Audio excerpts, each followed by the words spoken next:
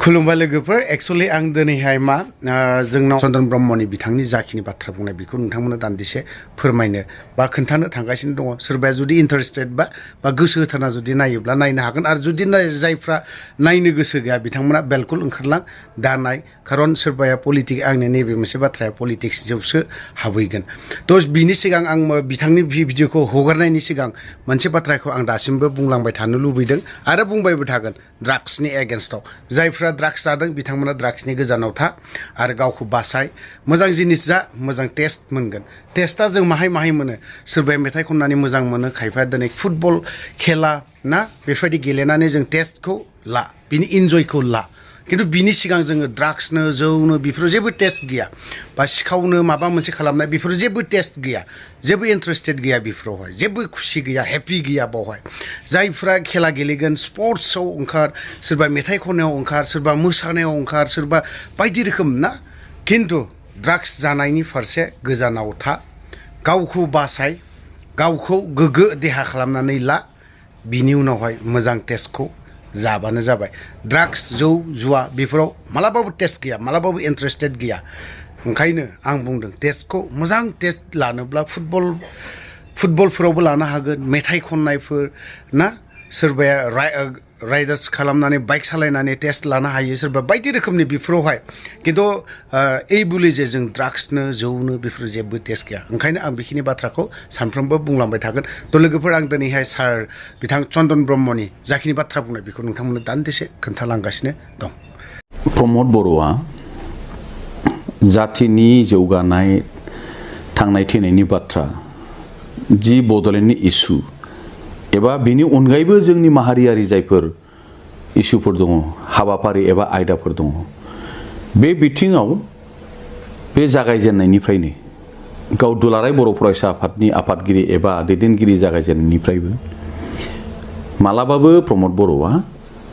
जातिनि रेसपन्सिबिलिटि एबा दायथ' लानानै बियो खामानि मावफेरखायाखै बेनिखायनो दिनै जोबथानायाव बड'लेण्ड इस्युआ आंनि नङा होननानै प्रमद बर'आ बुंनाया जेबो गिदिर खोथा नङा खारन बियो जिखिनि एबसुआव थानानै रायजो दाबिनायनि स्ल'गान होनानै जिखिनि आन्दलन खालामबोदों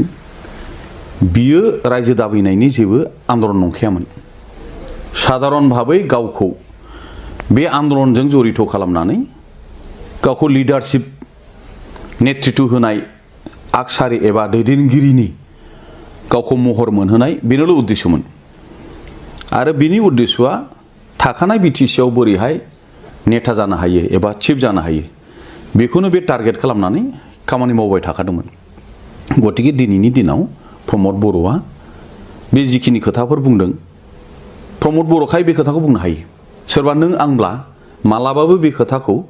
एथ' गोरलैयै बे नाखस खालामनो हायामोन बिटिसि जि एकर्ड मानव गेदेर हाग्रामा महिलारि बिथांनि दैदेननाय दाख्लिनि जि बिटिआर सुक्ति 27 जानुवारि 2020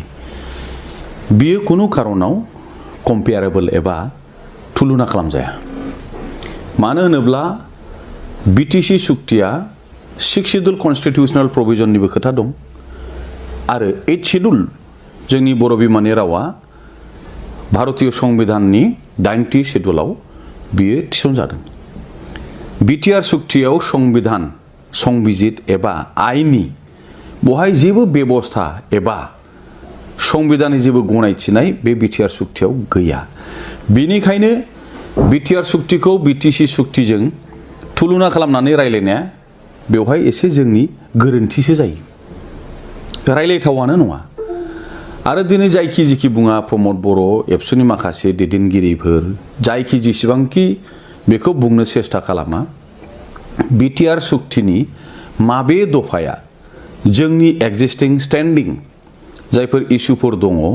जोंनि राव हारिमु थुनलाइ जौगानायनि एबा रांखान्थि बिथिङाव जोंनि बिभिन्न बिथिङाव जौगानायनि थाखाय खुनु बे सुक्तियाव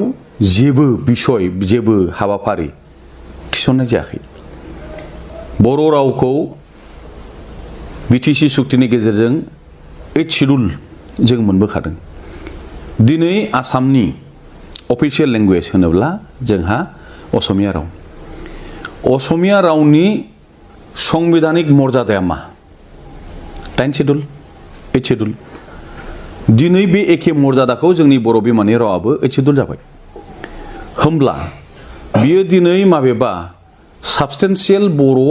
जोंनि रायजो राजा थानायावल' एस'सिएट अफिसियेल लेंगुवेज होनायनि थाखाय जे बिटिआर सुक्तियाव लाना फैदों बेयो जोंनि थाखाय दुखु गोनां बे जोंनि रावखौ बियो लाजि फोनांनाय जादों बर' रावखौ डिग्रेड खालामनाय जादों 8 शेड्युल मोनखानाय लेंगुवेजआ मोनसे स्टेटनि एस'सिएट लेंगुवेज जानो हाया बे स्टेटनि बेयो फुल लेंगुवेजसो जानो हायो आरो 1985 आवनो जिहेतु जोंनि बर' रावा आसामनि साबस्टेन्सियेल बर' रायजो राजा थानाय जायगायाव बियो मोनसे एस'सिएट अफिसियेल लेंगुवेज महरै मोनखादों गतिके बिनि आपग्रेडेशना बहा बिनि जौगासारनाया बहा बे बिटिआर सुक्तिजों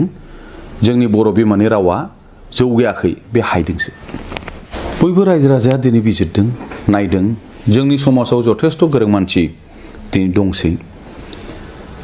प्रथम जेला बिटिआर सुक्ति जाबाय होननानै रंजादों बयबो बरायसोदों बे समाव बेफोर खोथाया बारा सरसा जायाखैमोन सावराय जायाखैमोन दिनै समा थांनायनि उनाव मोनसेनि उनाव मोनसे जेला बेखौ बिजिरनानै नायबाय दिनै बिटिआर सुक्तिया आखरे आखरे मावफुंजानांगौ होनबाय बे हिसाबै दिनै बिटिआर सुक्तियाव लिरनाय बिटिएडिनि जायगायाव बिटिआर जानांगौ होनबाय दिनै मास मोनथाम जाबाय गभर्नरनि दारै बिनि नटिफिकेसन ओंखारबाय नामा बिटिसि बिटिएडि बियो संबिधानजों दाजानाय दा नाम सोलायनायावनो जुदि गोजोनो आन्दलनकारि एबसुआ प्रमद बर'मोनहा इउपिपिएलआ गतिके गभर्नमेन्टआ बेखौ चान्स लागोन नोंखायनो दिनै आसामनि गभर्नरनि दारै नटिफिकेसन मोनसे दिहुनबाय जे बियो बिटिएडि नंला बिटिआर जाबाय बेखौ दिनै एबसु इउपिपिएलआ बिराद रंजानानै बरायबाय बे मोनसे ओनसोलनि मोनसे जायगानि नाम सोलायनायाव बिनि गुन सोलायनाय जाया बेजों जेबो जौगानायनि जेबो सोलायनाय जाया बयबो बुंसोलायदों आरो जोंबो बुंदों आंबो बुंदों बे माद्रासनि जायगायाव चेन्नाइ जानाय बायदि बम्बेनि जायगायाव मुम्बाइ जानाय बायदि बेंगालरनि जायगायाव बेंगालुरु केलकातानि जायगायाव कलकाता जानाय बायदिल' बेवहाय जेबो गुननि सोलायनाय गैया बेयो जाहैबाय बिटिआर सुक्तिनि बिराद गोख्रों मोनबोनाय दफा एचिभमेन्ट होननानै जेखौ बुंदोंमोन बेवहाय जेबो एचिभमेन्ट गैया दिनै बेयो रुपायन जाबाय इमप्लिमेन्ट जाबाय नाम्बार 2 बाउन्डारि अल्टारनेशन कमिसन एडजासेन्ट बिटिसिनि थानाय गामिखौ दानख'नो हागोन दाजाबनो हागोन बिटिसि जेला सुक्ति खालामदोंमोन आरो दिनैनि बिटिसिआ 9,000 बर्ग किल'मिटार ओनसोला बेवहाय गोबां गामि दं दा बे गामिफोरखौ बेसेबां बिटिसिनि सिङाव थिसनजायो 50% बिनि बारा बिनि खम लाम लाम एबा कन्टिगुवास मेनटेन खालामनो थाखाय 50%नि खमाबो थिसनजादों मेक्सिमाम खोलानि एरियाया सोबावनांगौ होननाय थायाखै माखासे कयेकटाल' थादों आरो बेखौ डिसपुटेड लिस्टआव दोननाय जादों जथेस्थ' एग्जामिन खालामनानै बिसार खालामनानै नायबिजिरनानै खोलानि बाउन्डारिया खारा जाखादों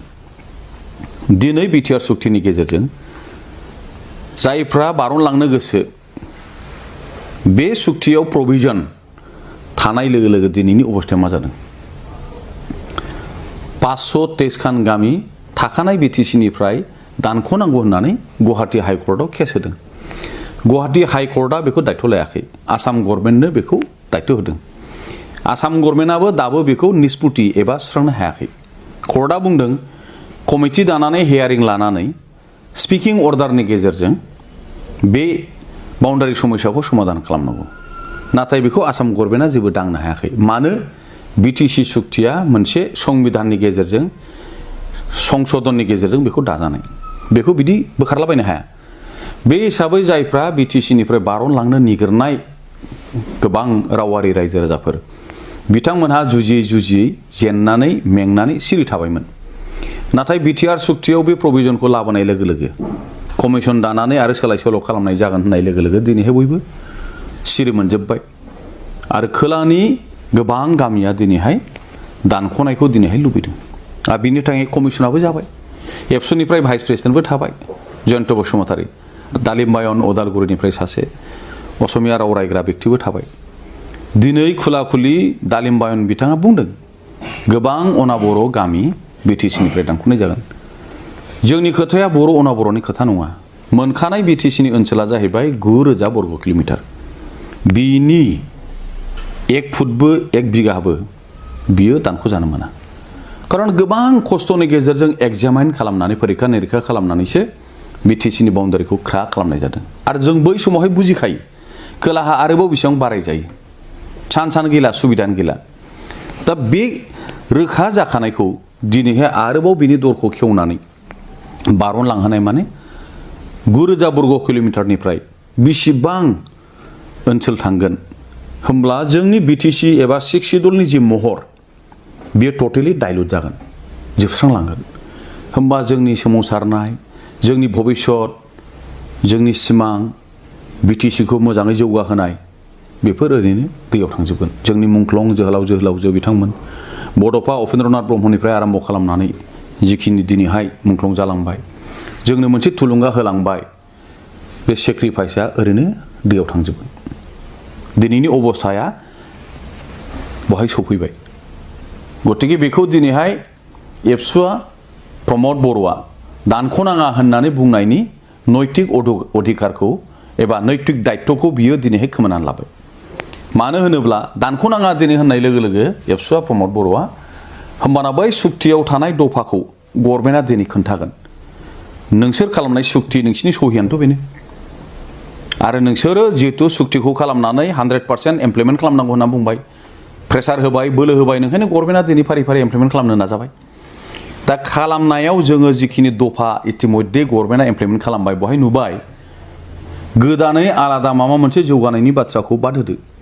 थाखानाय मोनखानाया दिनैहाय जामलांनाय एबा जोबलांनायनिसो दिनैहाय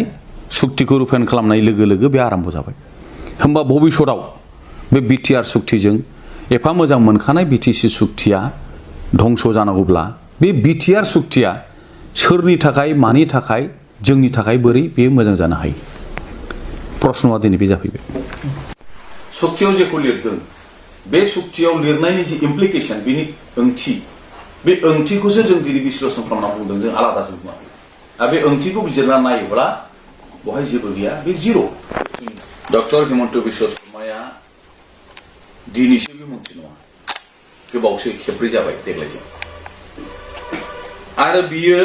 बर' रायजो राजाखौ सिनायै बिटिसिखौ सिनायै बियो गोदान व्यक्ति नङा एतदिन बेफोर खोथाखौ बिथाङा दिनै बुङाखैमोन दिनै हठात जाति बिभाजन बिटिसि फोजोबस्रांनाय बिटिसिनि सिङाव जायफोर बाथ्राफोरखौ बुङोब्ला गावस्रालायगोन बिटिसिआ जोबस्रांगोन बिनि मेन टार्गेटआ जाहैबाय बिटिसिखौ फोजोबस्रांनाय बेफोर खोथाखौ दिनैसो मानो बुंखो गोदो मानो बुङाखैमोन बेखौ जुदि जों बयबो बिजिरनानै नायो डक्टर हिमन्त बिश्व शर्मा बिथांखौ बिटिआर सुक्तियानो बेबायदि बुंनायनि थाखाय साहस होदों खाबु होदों सुक्तियाव लिरनाय दं आरो बेखायनो बियो बुंदों दिनै जायफ्रा बिटिसिआव थानो गोसो गैया दरखास्तल' हो ओंखारलां दरखास्तल' हो ओंखारलां आरो एबसुनि आरो बिटिआर सुक्तिनि गेजेरजों प्रमद बर'मोननि जि दुर्बलता बिथांमोननि बिसिनि जि मोनसे लालस लभ जाति फोथांनाय एबा बिटिसिखौ फोजौनायनि बिसिनाव जेबो गैया व्यक्तिसो बिसिना सेल्फ इन्ट्रेस्ट बेखौ डक्टर हिमन्त बिश्व शर्मा बिथाङा